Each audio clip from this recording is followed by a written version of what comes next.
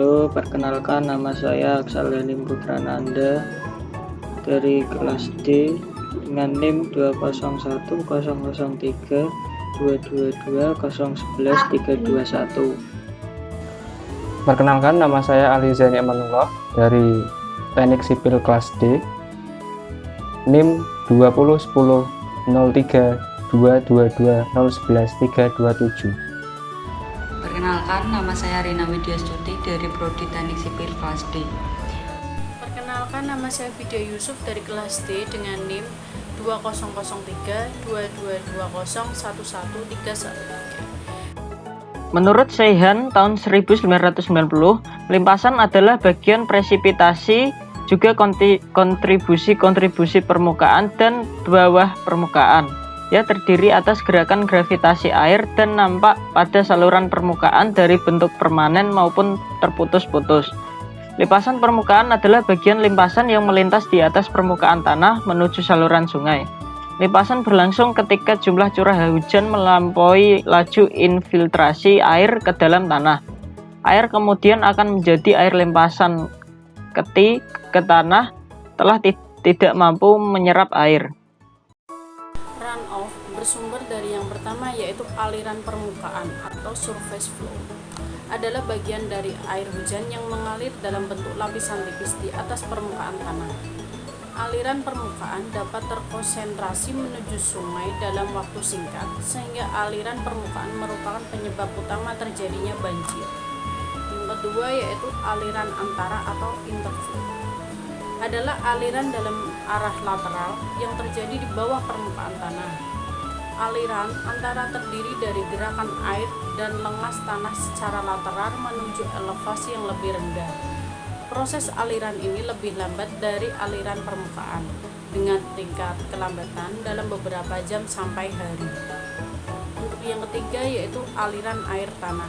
Adalah aliran air yang terjadi di bawah permukaan air tanah ke elevasi yang lebih rendah, akhirnya menuju ke sungai atau langsung ke laut.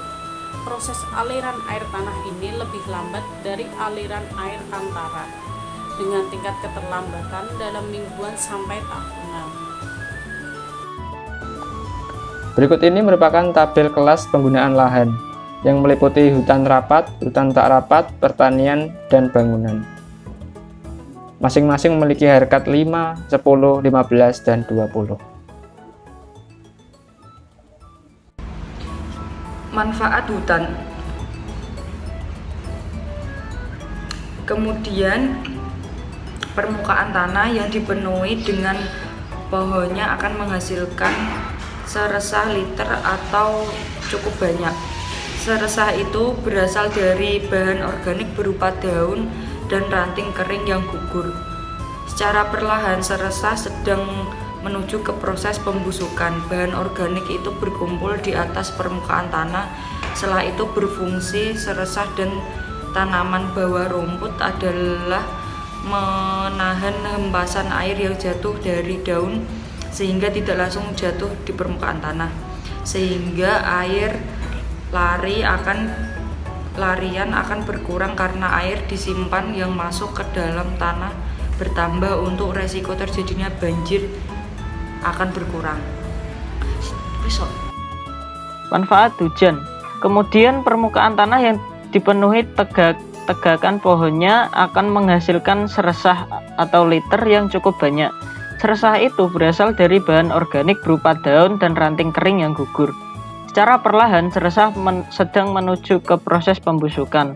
Bahan organik itu terkumpul di atas permukaan tanah. Salah satu fungsi seresah dan tanaman bawah atau rumput adalah menahan hempasan air yang jatuh dari daun sehingga tidak langsung jatuh ke permukaan tanah. Sehingga air larian akan berkurang karena air simpanan yang masuk ke dalam tanah bertambah. Untuk resiko terjadinya banjir akan berkurang.